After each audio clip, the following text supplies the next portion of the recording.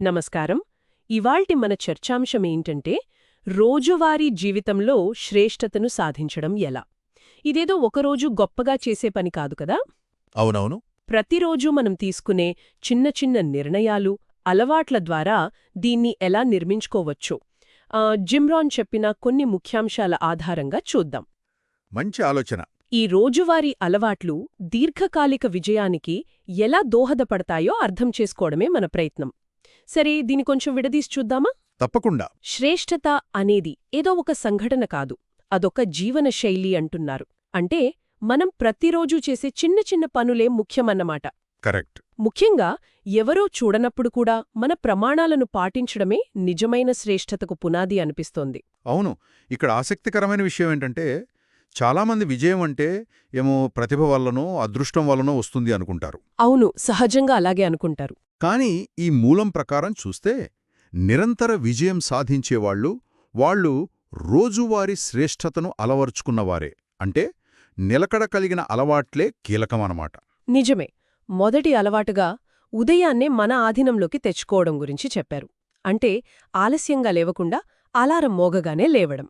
స్మ్యూజ్ button కొట్టకుండా ఉండటం. అంతే. రోజును క్రమశిక్షణతో, ఒక ఉద్దేశ్యంతో ప్రారంభించడం.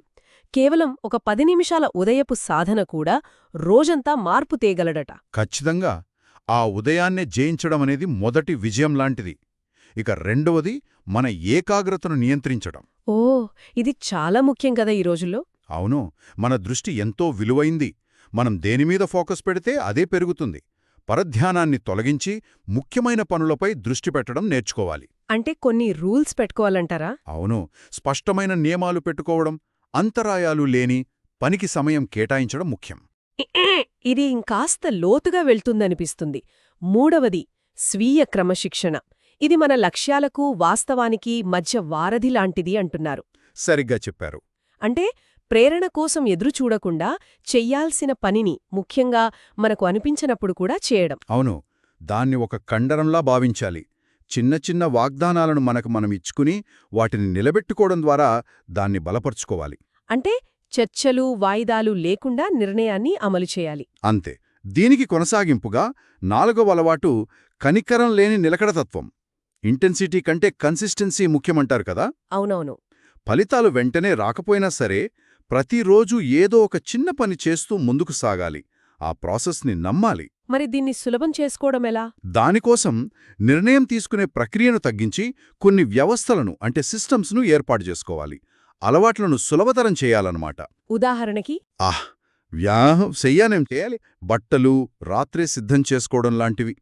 చిన్న చిన్నవి, కానీ ప్రభావం పెద్దది. అర్థమైంది. ఇక 5వది ఉన్నత వ్యక్తిగత ప్రమాణాలను ఏర్పర్చుకోవడం మరియు పాటించడం. మనం దేన్ని సహిస్తామో అదే మన జీవితంలో ప్రతిబింబిస్తుంది అని. కరెక్ట్.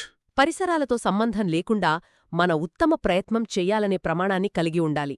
ముఖ్యంగా ఎవరు గమనించనప్పుడు కూడా దీన్ని పాటించడమే అస్సలైన పరీక్ష అంటున్నారు. నిజమే. ఇది మనల్ని మనం గౌరవించుకోవడం లాంటిది. ఇక 6వది నిర్ణయాత్మక చర్య తీసుకోవడం.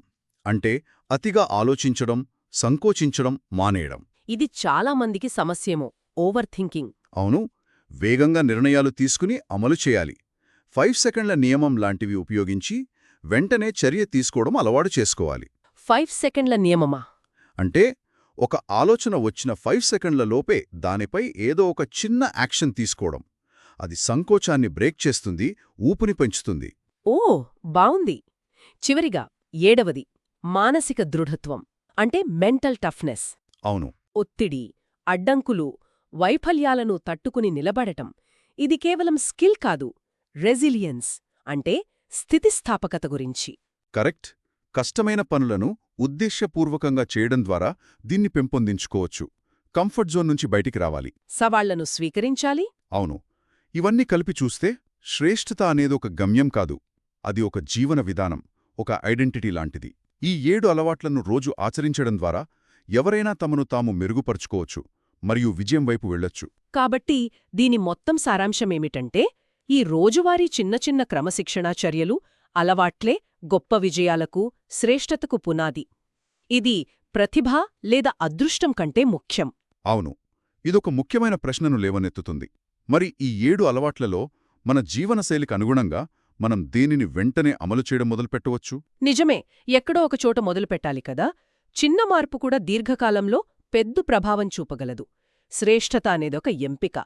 అది ఈ క్షణం నుండే మొదలవుతోంది. ఖచ్చితంగా. చివరిగా ఒక ఆలోచన. ఈ చర్చలో మనం ప్రస్తావించిన ఒక అంశముంది.